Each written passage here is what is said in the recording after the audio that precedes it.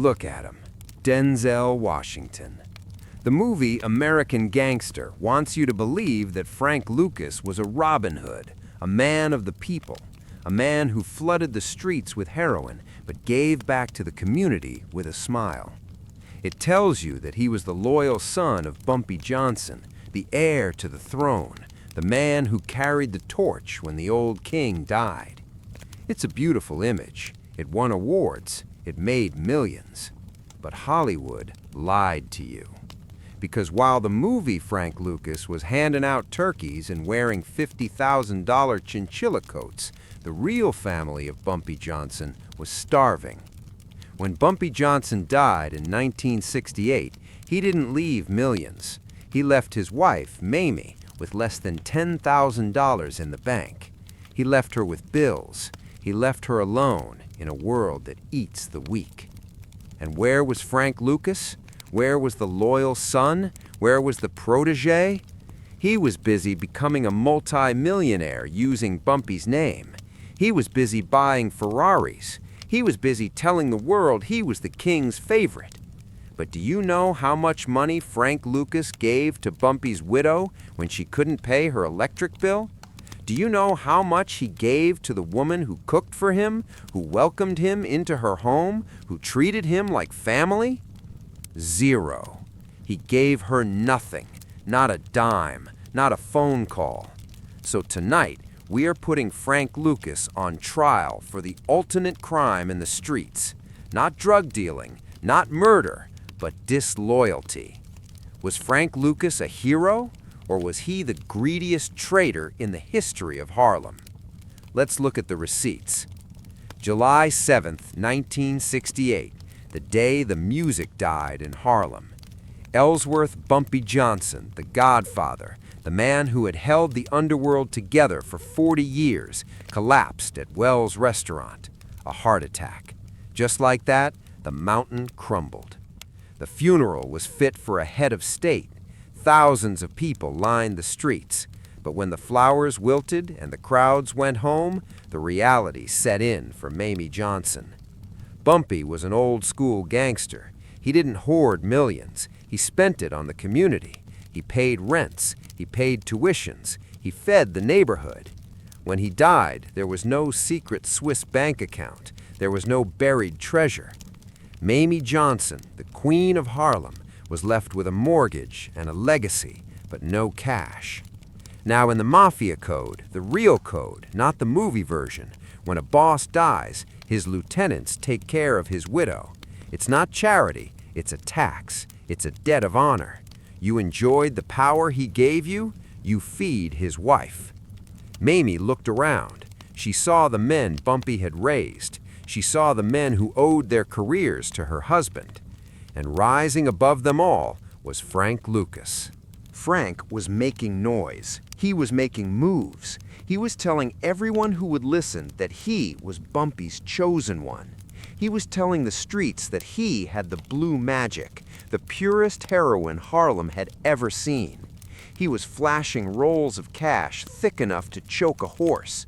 Mayme sat in her apartment, watching the electric bill sit on the table. She waited. She thought, Frank will come. Frank knows what Bumpy did for him. Frank will make sure we're okay. She waited and waited. The phone never rang. The knock on the door never came. While Mayme was counting pennies to keep the lights on, Frank Lucas was reportedly spending $50,000 in a single night at a club. This wasn't just an oversight. This was a message. To understand the depth of this betrayal, you have to understand what Frank Lucas was telling the world. He wasn't just selling drugs. He was selling a story. He was marketing himself as Bumpy Johnson Part 2. He used Bumpy's reputation as a shield. When he walked into a room, he wanted people to see Bumpy's ghost standing behind him. He claimed Bumpy died in his arms, a lie, as we proved in our last video. He claimed Bumpy taught him everything. He claimed he was the heir. If you claim the throne, you accept the responsibilities of the throne. You don't get to wear the crown and let the queen starve. But Frank Lucas didn't care about the responsibilities. He only cared about the profit. In her explosive book, Harlem Godfather, Mayme Johnson broke her silence. She didn't hold back. She described a man who was consumed by greed, a man who viewed Bumpy Johnson not as a father figure, but as a stepping stone. She wrote, "He stepped over Bumpy's grave to get to the bank." Think about the coldness of that. Frank Lucas took the connections Bumpy gave him, the street respect Bumpy earned, and the fear Bumpy instilled, and he monetized it. He turned Bumpy's legacy into blue magic millions. And yet, when Bumpy's daughter needed help, silence. When Mayme struggled to keep the family home, silence. Frank Lucas became the wealthiest gangster in New York. He claimed to be making $1 million a day. A day! Even if that number is exaggerated, he was drowning in cash. He could have paid Mayme's bills for the rest of her life with the money he dropped on the floor of his car. It wouldn't have even dented his wallet. But he didn't. Why? Because to Frank Lucas, Bumpy Johnson was just a brand name to be exploited. Once Bumpy was in the ground, he was no longer useful. And his widow? She was just a reminder of a debt Frank didn't want to pay. This betrayal represents the shift from the old school to the new school. Bumpy Johnson represented the old school. Violence? Yes. Crime? Yes. But there was a code. You protected your own.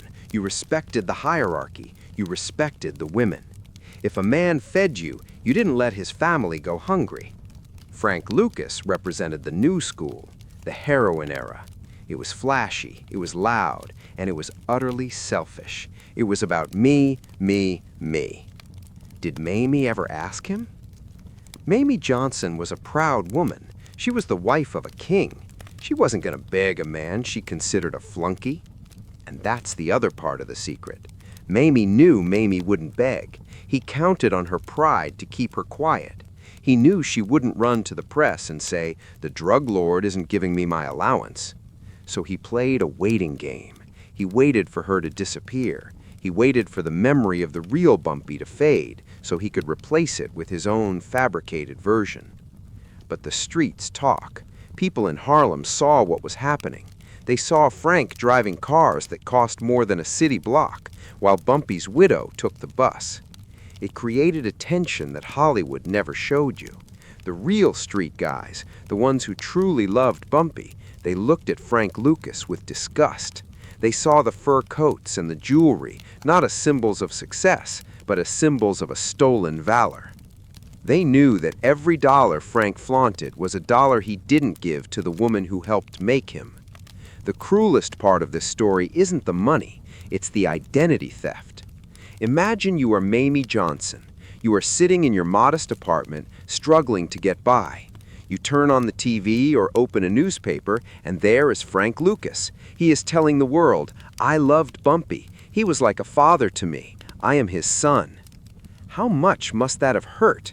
To see the man who abandoned you claiming to be the son of the husband you mourn. It is the ultimate gaslighting. Frank Lucas used his love for Bumpy as a marketing tool. He knew that associating himself with Bumpy made him untouchable. It gave him street cred that money couldn't buy. He hijacked a dead man's biography. If he truly loved Bumpy like a father, Mayme would have been his mother. He would have protected her with his life. He would have ensured she lived like a queen until her dying day. The fact that he didn't proves that his love was a lie. It was a calculated business decision. Frank Lucas didn't love Bumpy Johnson. He loved what Bumpy Johnson could do for him. And when American Gangster came out, the pain for the family started all over again. They had to watch millions of people around the world cheer for the man who starved them. They had to watch Denzel Washington portray a noble, loyal hero, knowing the real man was a greedy narcissist who left them behind. Mayme Johnson said it best. That movie wasn't about Bumpy, and it sure wasn't about Frank. It was, "We lied." We aren't just speculating here. We have the receipts. Before she died, Mayme Johnson wrote Harlem Godfather, the rap on my husband, Ellsworth Bumpy Johnson. It is the definitive history of Harlem. And in that book, she exposes Frank Lucas for what he really was. She doesn't mince words. She calls him a liar. She calls him a flunky. She details how Frank was never Bumpy's equal. He was the guy who fetched the coffee. He was the guy who drove the car. Bumpy didn't trust him with the big secrets. Bumpy didn't trust him with the family. And most damning of all, she confirms the financial abandonment. She confirms that while the legend of the Black Godfather grew, the reality of Bumpy's estate was empty. Frank Lucas had the power to change that. He had the resources to honor Bumpy's legacy in the only way that matters, by taking care of his blood.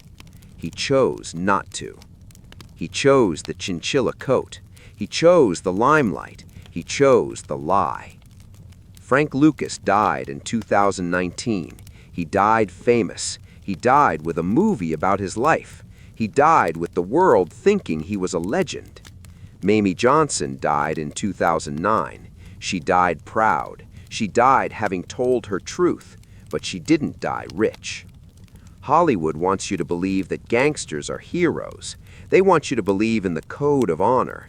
They want you to believe that men like Frank Lucas are modern-day knights. But the story of Mayme Johnson proves the ugly truth. There is no honor among thieves. There is only opportunity. Frank Lucas was a man who saw a dead king and saw a payday.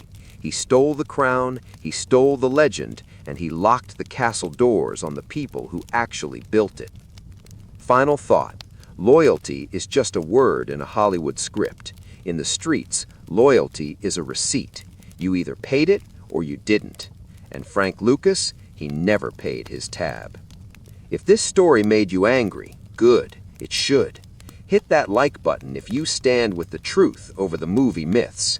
And tell me in the comments, do you think Frank Lucas owed Mayme Johnson anything? Or is the street game every man for himself? Let's argue about it. Subscribe and turn on notifications. We are done with the lies. Next week, we're going even deeper into the secrets Harlem tried to bury. You think this was bad? Wait until you hear what the FBI did to Bumpy's daughter. See you in the next one.